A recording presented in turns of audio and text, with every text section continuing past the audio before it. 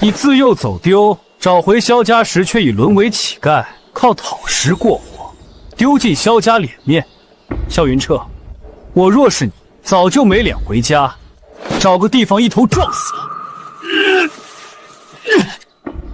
这世道不公！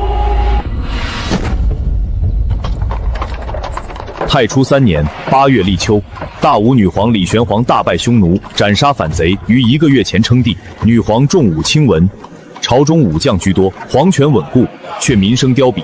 此时最是政通人和，百废待兴。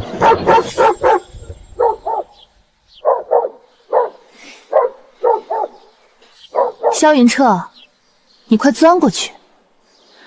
你不是最擅长钻狗洞了吗？你自幼走丢，找回萧家时却已沦为乞丐，靠讨食过活，丢尽萧家脸面。萧云彻，我若是你，早就没脸回家，找个地方一头撞死了。这世道不公！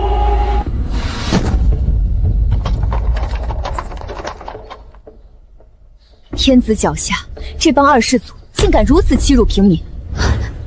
陛下，您刚登基，不宜在闹市暴露身份。朕用铁血手腕大退匈奴，强势登基，可在处理国事、匡扶民生方面始终有心无力。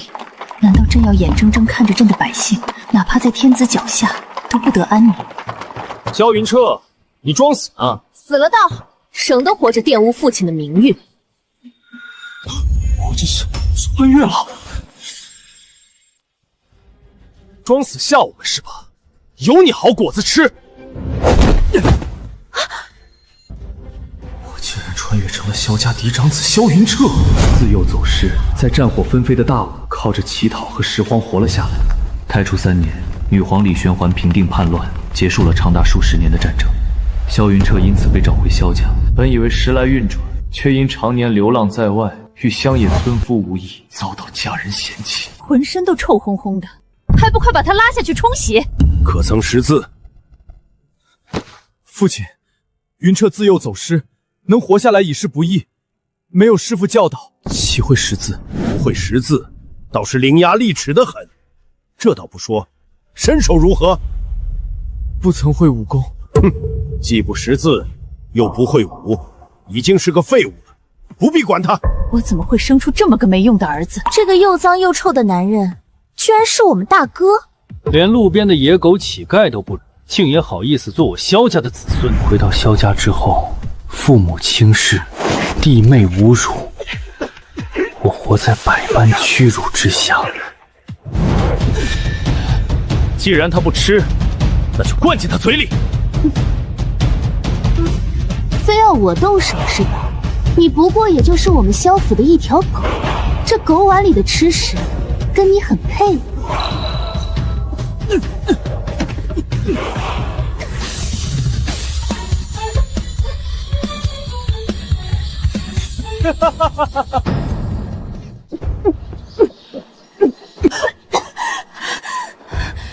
萧云彻，你疯了！不是你说的，我本来就是条疯狗。狗吃的东西，味道怎么样？二哥，你居然敢让小妹吃狗食！我今天非打死你不可！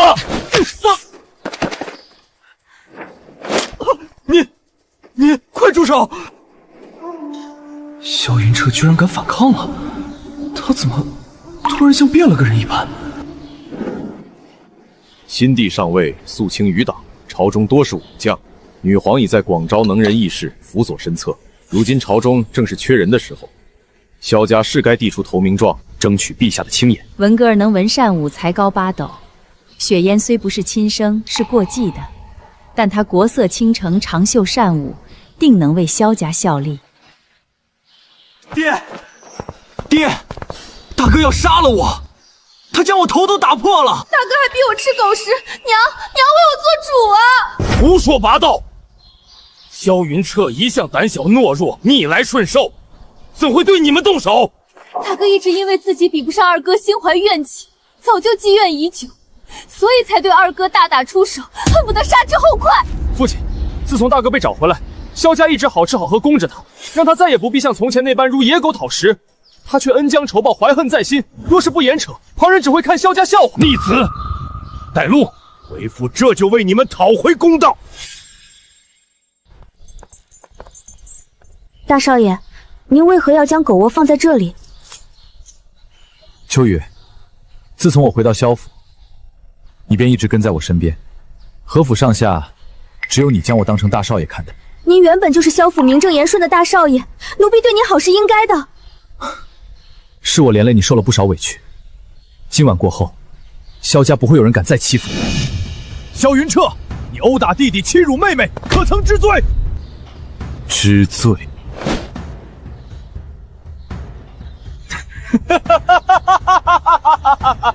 我的罪，便是身为萧家长子，却自幼走丢，没有在萧家接受良好的教育，成为让你们骄傲的人才。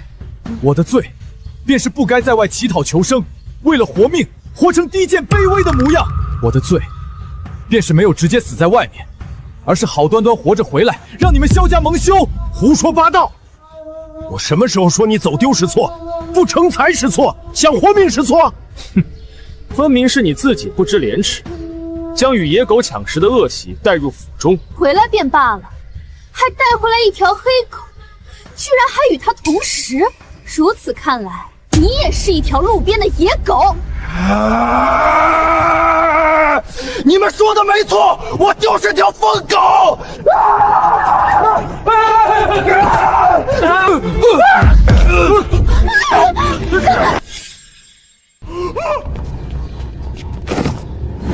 疯了！萧云彻，你是不是疯了？父亲，他该不会是得了疯犬病吧？大哥他平日里就和那条大黑狗走得近，定是得了疯犬病，失心疯了。对，我就是条疯狗。从今日起，你们但凡再踏入我的院子，我便会失控扑咬你们。萧云彻，你就不怕我不认你这个儿子吗？哼，我不是疯狗吗？什么时候成你儿子了？大哥，赶紧给父亲道歉。难道你还想回到从前流浪的日子吗？自从回到家中，我受尽屈辱嘲笑，吃不饱穿不暖，被你们玩弄殴打。早知如此，我的确不该回来。父亲，既然大哥不愿意待在家中，南庄正好有一处荒宅，不如让大哥移步别府，休养生息。好主意！既然大哥在发疯犬病，防止他再继续伤人，不如将他送出去。如牲畜般顽劣，冥顽不灵。即日起，萧云彻移居南庄荒院，待他病好再接回。只有萧云彻这个长子消失，才不会有人威胁我世子的位置。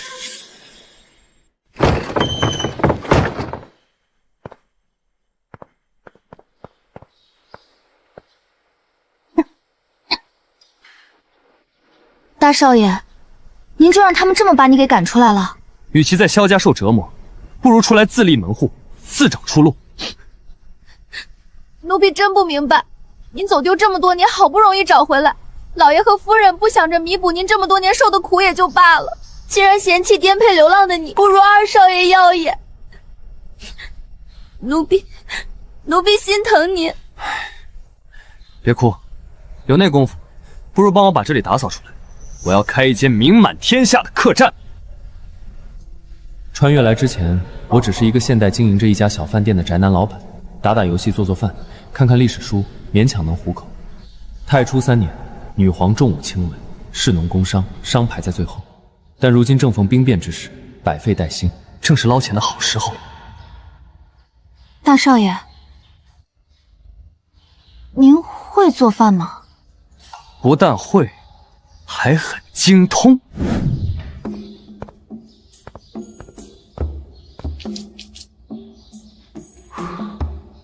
民以食为天，为天客栈，就这个名字了。大少爷，您还会写字呢？丑了一些，但还能用。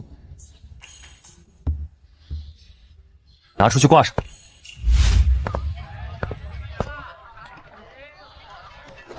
那边的男人怎么如此眼熟？陛下，似乎是那天被逼着钻狗洞的男人。那日瞧见他，犹如败家之犬，今日倒是摇身一变成了掌柜。卖米果了，新鲜的米果。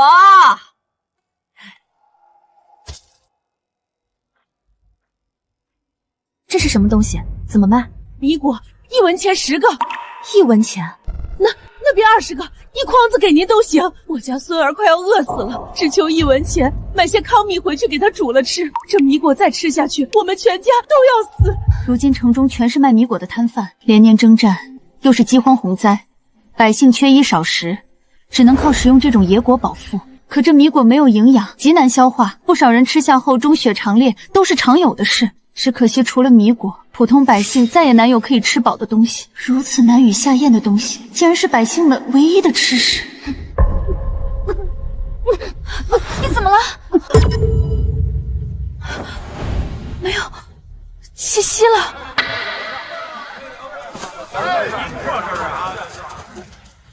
愣着干什么？这人呛着了，快用海姆立克急救法！什么急救法？忘了这是古代。医疗水平低下，现在最基础的急救法他们都不知道。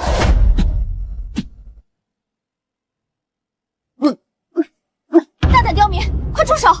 他已经没气息了，难道你想让他死也不得安生吗？好你个萧云彻，居然大庭广众之下猥亵良家妇女！我这就回去告诉爹。你再阻止我，他才真是死不瞑目！我怎么了？我以为我方才已经窒息而亡了，怎么又活了过来？刚才你被果子噎住，差点呛死。我对你进行了急救，你现在已经没事了，不用谢。你方才是在救他？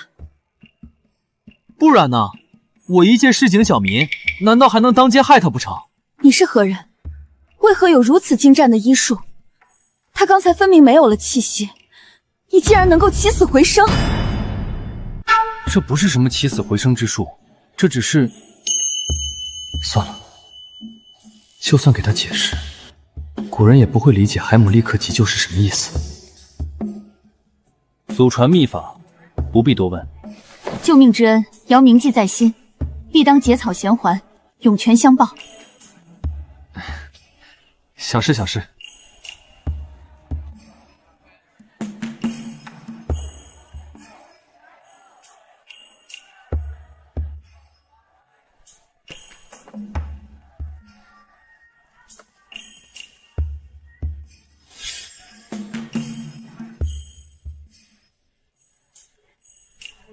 都说了不必报恩，别挡着我做生意。店家，你这是开店，岂有赶走客人的道理？客官，您想要吃点什么？将你们这儿的招牌全都上一份。得嘞。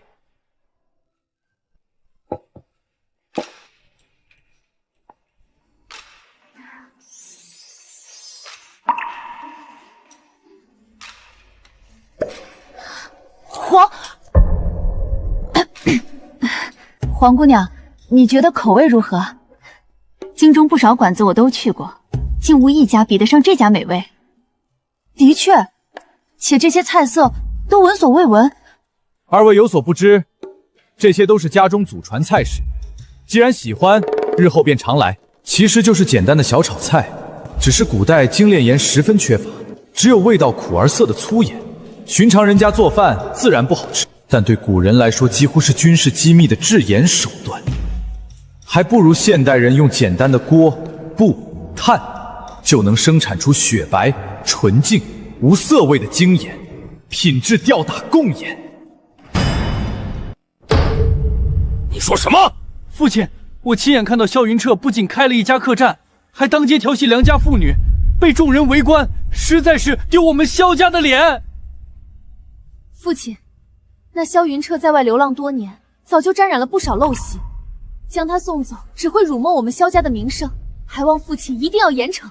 我今日便去砸了那孽障的店，好好教训他一番。你是他的伙计，还是他的媳妇儿？我是他的丫鬟。丫鬟？你家主子竟然还是个少爷？既然是少爷，怎会出来开这么个小酒馆？萧云彻，你快钻过去！你不是最擅长钻狗洞了吗？你叫什么名字？萧云彻，客官贵姓？怎么称呼？免贵姓黄。我身边这位是我闺中好友姚姑娘，我们同是商人之女，只是最近生意不好做，家中气氛紧张，便出来透透气。这几个月生意是不好做，先帝退位，女皇登基，处处皆是动乱。不过你放心，熬过这几年，便有好日子过了。初中历史上都写着，再过几年，神武元姬女皇便会带领大武进入德武之治，国力空前强盛，街边随便一个小乞丐都富得流油。哦，掌柜的倒是看好当今女皇，我倒希望你说的话是真的。百姓苦了太久了，是该过好日子。是不是真的？咱们日后就知道了。客官若是对我的手艺满意，以后常来。这是方才那2位姑娘掉的。朕的玉印落在方才那间酒馆了。可是先帝赠予您的遣军玉印。是。那枚玉印可以派遣千军，更会暴露朕的身份，必须马上拿回来。萧云彻，你这个不忠不义的逆子，老夫今天非要打死你不可！你进里屋，不要出来。不行，若是他们对少爷您动手怎么办？秋雨好歹能替你拦一拦。父亲，萧云彻不仅当街对良家妇女上下其手，还和自己的贴身丫鬟厮混，这等败类，简直是污蔑我萧家门楣！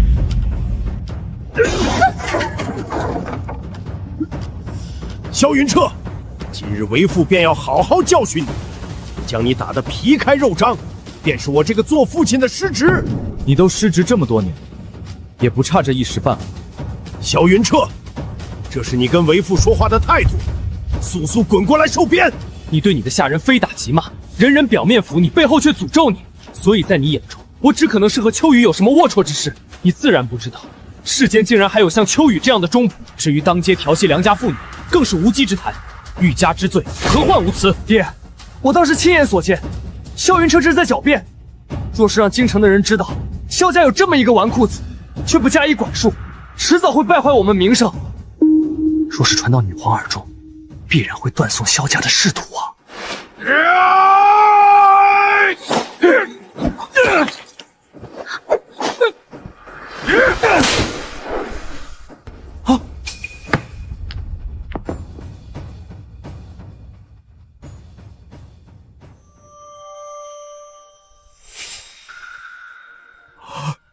遣军玉印。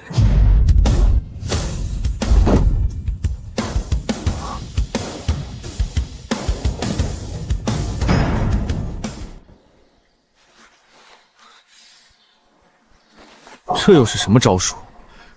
微臣惶恐，微臣无意僭越，先帝英灵在上，请降罪于臣。二哥，这到底是怎么回事？遣军玉印在此，庶子岂敢智慧？父亲，何谓遣军玉印？这遣军玉印是先帝在位时御赐大将军之物，能够调遣千军万马。见此玉印，如见先帝。先帝已逝，余威犹在。什么遣军玉印？就这么全都跪下了？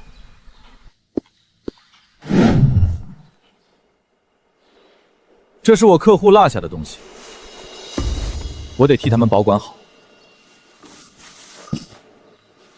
逆子，你可知道那玉印是何物？你如此卑微身份，怎会拥有此等贵物？说了是客人不小心遗落的，什么遣军玉印？你这老头自己眼花看错了吧？父亲，萧云彻见识浅薄，根本不知这玉印的厉害，会不会是他偷来的？京城常有达官显贵出入大街小巷，许是大哥觉得这玉印成色不错，便顺手一偷，思索着去当铺卖个好价钱。你方才说这玉印是你客人遗落的，的确。一派胡言！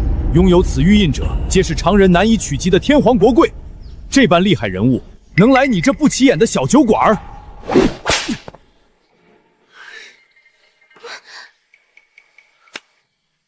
不就是块成色好点的玉印，有你们说的这么邪乎吗？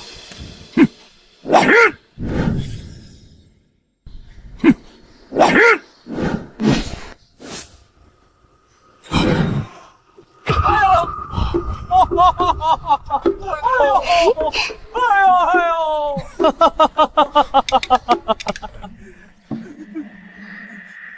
父亲，你要为我做主啊！看来是老夫做错了决定，将你安置在南庄。本意是不想看见你在府里碍眼，没想到你却在外兴风作浪，调戏良家，鸡鸣狗盗。哎，你还敢动手吗？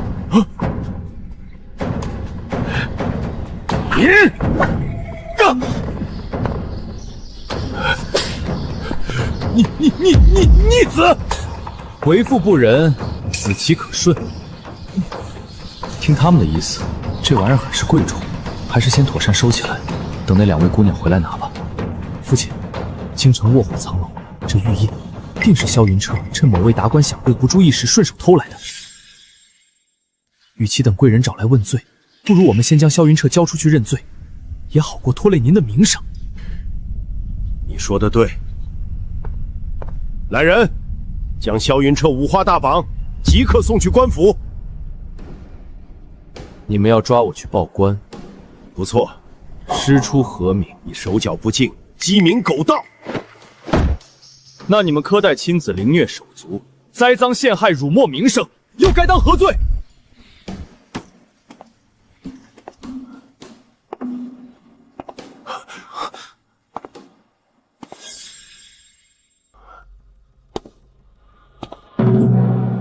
你血口喷人！大哥，说话要讲证据。你说我们虐待你，但全府上下的人都可以作证，是你顽劣不堪，闹得萧家鸡犬不宁。你何至于反咬一口？那你们方才一口一个调戏良家、鸡鸣狗盗，如此往我头上扣罪名，可有证据？证据？你手里的遣军玉印就是证据。以你的身份，如若不是偷鸡摸狗，又如何能拿到这枚玉印？你若是不肯承认，带到了公堂之上，严刑逼供，可就没这么舒服了。最好是师大狐心将这萧云彻彻底弄残，如此一来，才没人能动摇我世子之位。我再说最后一遍，这玉印是我客人落下的，并非我偷窃。即便是到了公堂之上，我也是这么说。好，事到如今你还在嘴硬，说这是你客人落下的。人呢？那边达官显贵能来你这破落户？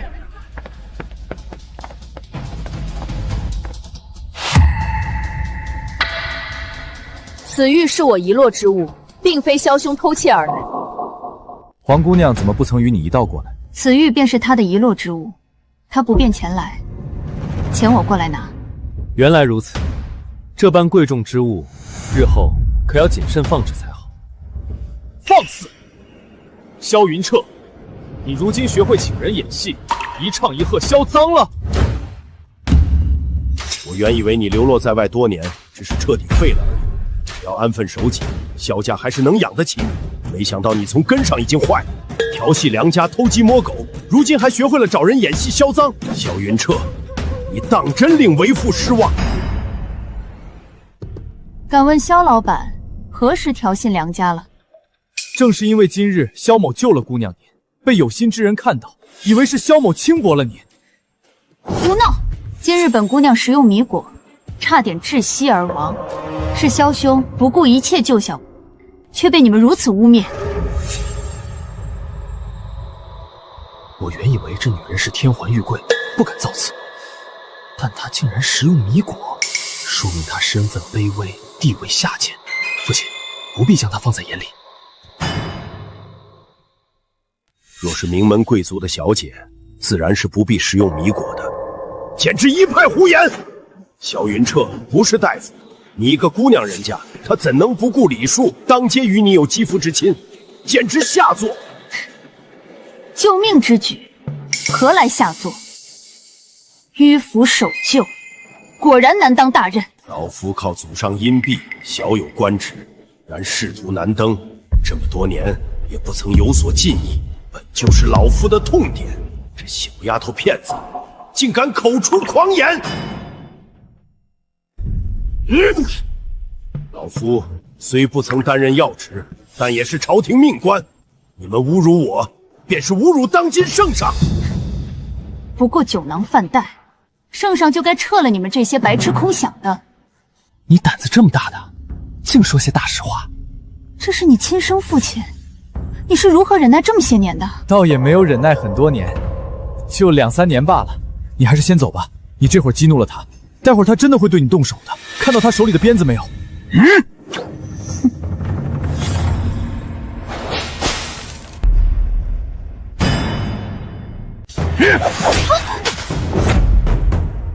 你这是做什么？谁让你替我挡了？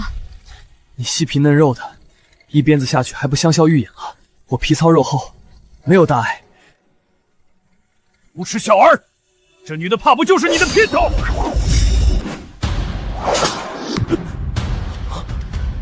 什么情况？徒手接鞭，果然有点东西啊！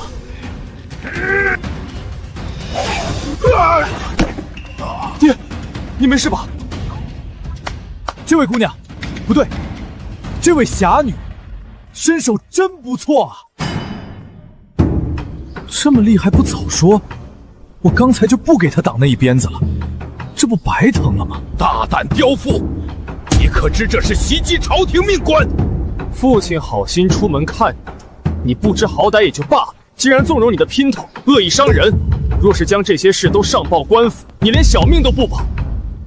起初说我调戏他，现在又说我是他的姘头，你们到底要给我扣什么罪名？能不能自己统一了说法，再来栽赃陷害？萧云彻，你还在狡辩！你和你的毒妇打伤了父亲，这可是不争的事实。闭嘴！烟杂曹妾的东西！吾乃大武常胜将军姚青书，尔等以下犯上，该当何罪？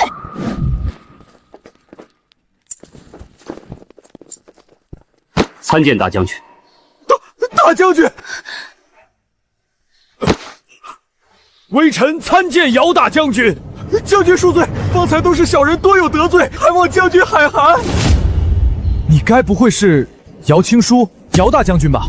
史书上唯一一个女将军，年少便跟随父兄带兵打仗，更是帮女皇征战四方，踏平敌国。大武的经济发展不说，武力军队绝对是当时大陆第一。这小酒馆开得值，第一个客人就是个将军。今日本将军识得迷果，差点窒息而亡，是枭兄不顾流言蜚语，救下我的命。我不管你们是何意图，日后敢对本将军的救命之人不敬，便问问我的剑答不答应，还不快滚！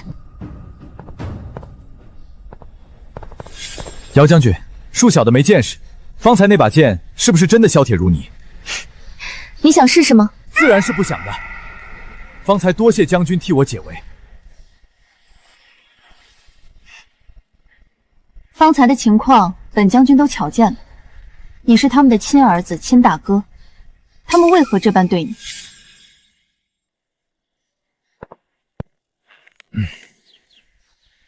你想知道啊？这件事说来话长。我很小的时候呢就走丢了，所以跟他们都不是很亲。圣上，你说世上怎会有如此人心淡漠的人家？丢失多年的儿子好不容易找回来，不细心呵护，好好弥补就算了，居然还这般苛责虐待。许是他流落在外，比不上从小悉心培养的树弟。有些父母偏心过得不好的孩子，有些父母却只偏爱有出息的那个。这一点，他倒是与我很像。惹圣上想起伤心事了，是微臣不对。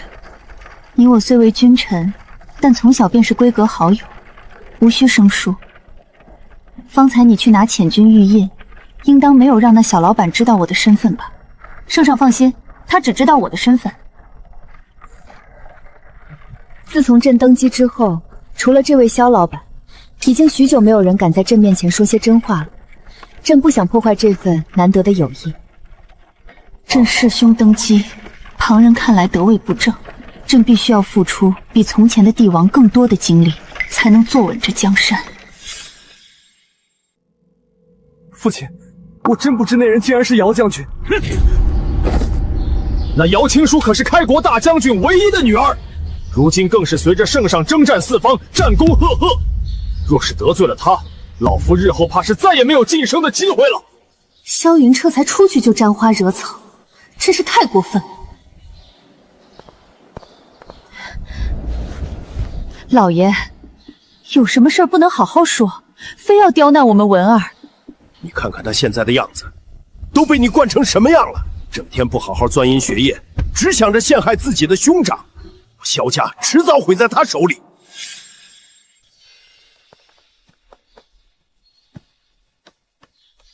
圣上居然要见我，这，老夫活了这么多年，这还是头一遭。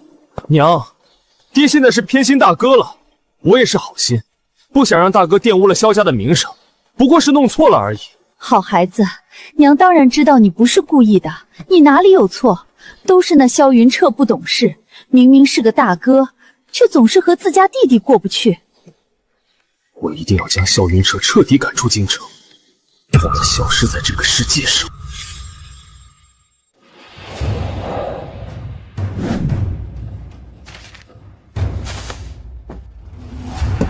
康王，上月交给你的赈灾事宜，为何到现在还没落实？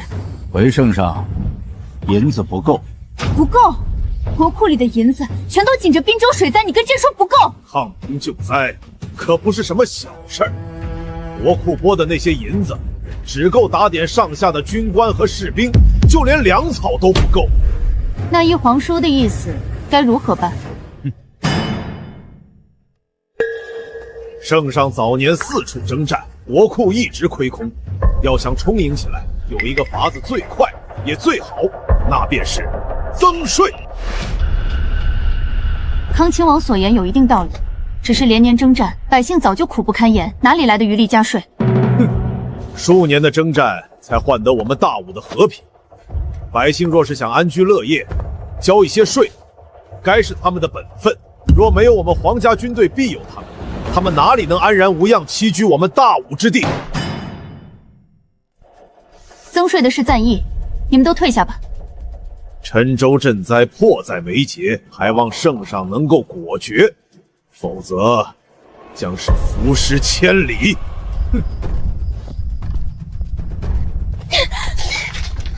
康王是先帝唯一的手足，先帝在世时便对他宽容有加，他散漫惯了，圣上不要放在心上。他是自命不凡，认为朕的皇位来路不明，便处处挑衅，恨不得取而代之。皇上，萧大人到了。传。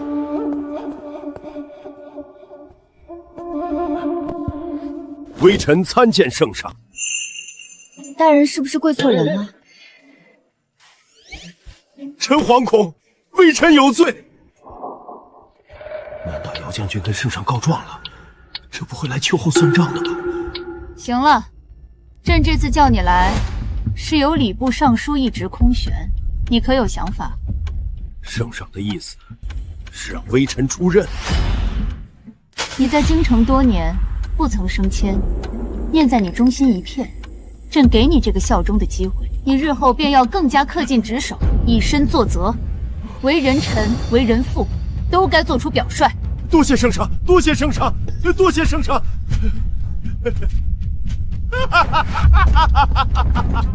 圣上，这贼人对小萧老板可是极尽苛责虐待，为何圣上还要给他升官加爵？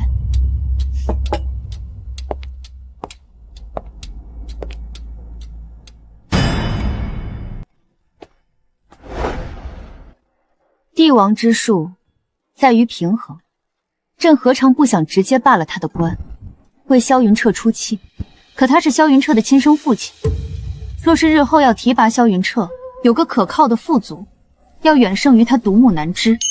原来如此，朕也只能敲打敲打他。他若是不蠢，便知道以后该用什么态度对待萧云彻了。圣上，午膳已备好。圣上，先用膳吧。姚将军，朕怎么觉得这御膳房的厨艺退步了？这些膳食总觉得少了些什么。圣上是在萧老板那里把嘴吃刁了，现在挑剔起御厨的手艺了。你这么一说，朕的确有些馋了。有段时间没去维天客栈了，不如现在就去。朕也想听听小萧老板有没有什么真知灼见。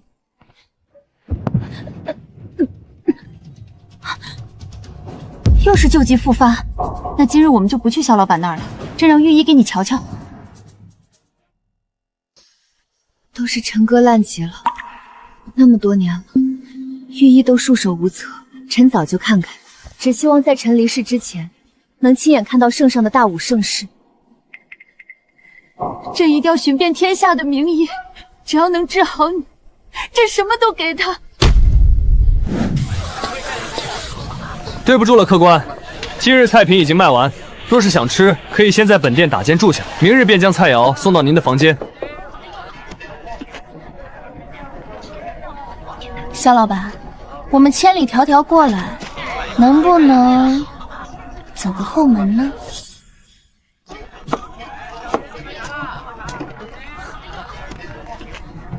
原来是姚将军和黄姑娘。不错，才数日的光景，你这维天客栈就有模有样了。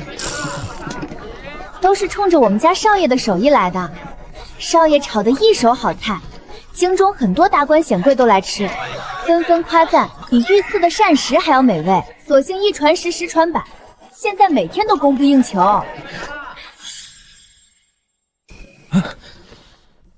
话可不能乱说。这位是大武的姚将军，他可是圣上身边的人，咱只是个小酒馆，做点吃食生意，哪能跟御厨比较？小萧老板为人甚是谨慎，不过你这维天客栈厨艺水平的确是高，比御厨高，我说的。你放心吧，我不会去圣上面前告你的状的。去把今日研究的新菜品端过来，给姚将军和黄姑娘尝一尝。奴婢这就去。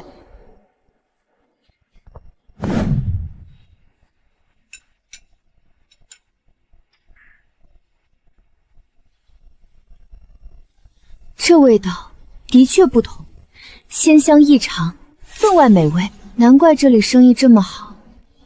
小萧老板，你这到底有何秘方？这就是秘方。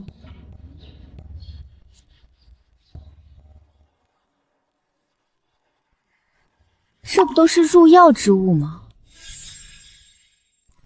难道小萧老板你在菜里用了药，才让大家都这么爱吃？自然不是，这可是在京城，我无权无势，敢做这种事儿，不是等着砍头吗？这两味虽然是药物，互相组合在一起，却能激发食物最深层的味道，所以你们吃着这菜，觉得鲜香异常。小萧老板是如何得知这样的配方的？炖菜放点八角、桂皮，不是常见的很。只是古代这会儿还没发展到几大菜系，不知道这些佐料的用处。都是无数次的尝试得来的经验。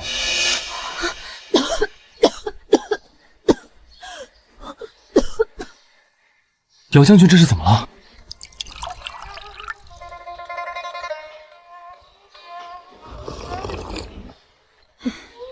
老毛病了，早些时候随圣上四处征战，忽然就得了这个病，喉处肿大有硬块，吞咽困难。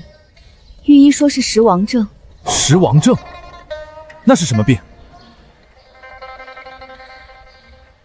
治不好的绝症，只是会慢慢夺取身体的气血，总有一天身体亏空而亡。青叔为我殚精竭虑，征战沙场，甚至20有2了，都不曾谈婚论嫁。他用毕生精力捍卫我的皇位，却在江山稳固的时候得了这个病。我瞧瞧。放肆！男女授受不亲，这点道理都不懂吗？让他给你瞧瞧，你忘了？前段时间你差点窒息而亡，是小肖老板救了你的命。行吧，让你看看。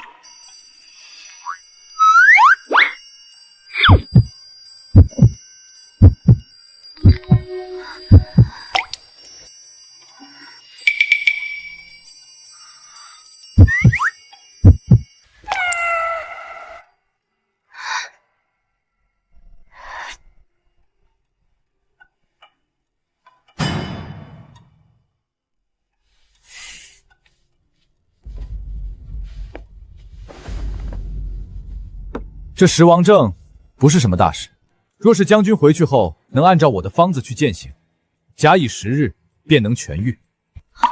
小肖老板，此话当真？御医说这可是食王证，整个大武还没听说过谁得了食王证还能痊愈的。是啊，小肖老板莫不是在安慰我？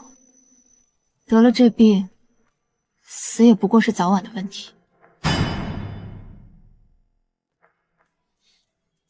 我该怎么解释这所谓的食王证，在后世其实就是普普通通的缺碘症，民间简称大脖子病。说白了，多吃盐就行。姚将军回去之后交代厨房，将你的吃食中多放一些盐，不出1个月便能好转很多。如此绝症，多吃盐就能好？若是没有好转，你1个月以后再来找我麻烦。民间酒馆的吃食大多清淡无味，若用盐调味，大抵苦涩难咽，只能勉强下酒。为何你的盐却没有这些毛病？要不要说实话呢？炼制精盐虽然对现代人来说简单的很，但在古代可是了不得的技术，且成本十分高昂，只有皇亲国戚吃得起，质量还一般。实不相瞒，这是祖传的技术，萧某实在不敢透露，怕老祖宗天打雷劈。若是2位喜欢，大可以从萧某这里拿，想要多少拿多少。这萧云彻不老实，他和萧家关系这般差，哪里来的祖传技术？不过这般谨慎也好，身怀宝藏，总归会有人窥探。黄姑娘怎么了？父亲今日上朝，被圣上骂了一顿，说是税收的事情，圣上大动肝火，可不敢妄议朝政。那又如何？这里就我们3人，难道你还怕旁人告状？黄姑娘此话不假，在这间小酒馆，就是大骂当今圣上又如何？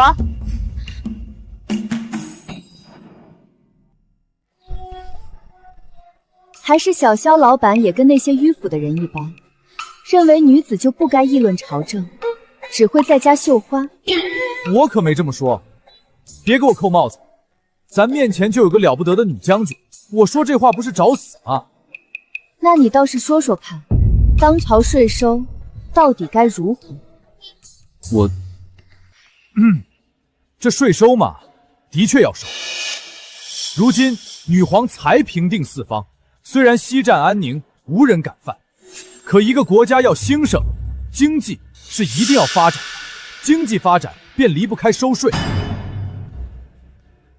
培养军队要钱，赈灾救民要钱，什么都要钱。国力和军队都强，那才是真正的强国。我们当然知道你意思，可现在百姓经历了数年的战火纷飞，还未来得及安居乐业，却要被收税，这不是雪上加霜吗？若是一个帝王半点不考虑自己的子民，那还算是好皇帝吗？可国家没钱，除了收税，又有什么更好的办法呢？所以你的意思也是强征民税，先充盈了国库再说。看来他跟康王也没什么不同。非也，非也。